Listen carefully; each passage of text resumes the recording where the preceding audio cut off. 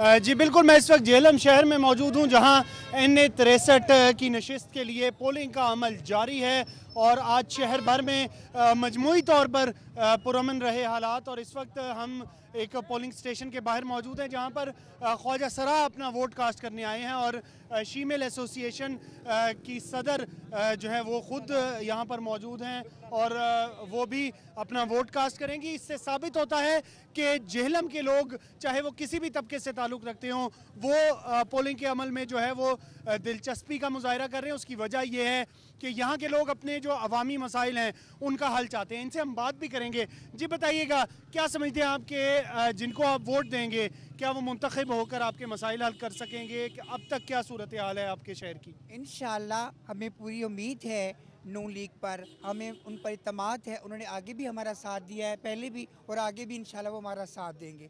हमें पूरा कॉन्फिडेंस है उन पे।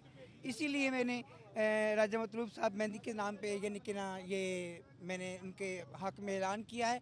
तो हमें उम्मीद है वोट की पर्ची बनवा ली है, तो क्या ख़वातीन वाले पोलिंग स्टेशन पर खाना ही हमारा, आपको पता है कि शीमेल का तीसरा खाना नहीं बना अभी, तो तीसरा खाना जब बनेगा यानी कि तीसरा यानी कि हिस्सा बनेगा फीमेल और मेल और शीमेल का तो शीमेल बना। हाँ जी ठीक है। जी बिल्कुल, तमाम तबकात से ताल्लुक़ रखने वाले लोग जो हैं वो इंतखाबी अमल जो है उसमें हिस्सा ले रहे हैं। उसकी वजह यह है कि लोग जो है वो अब अपने मसाइल का हल चाहते हैं और वोट का हक इस्तेमाल करके तब्दीली लाना चाहते हैं।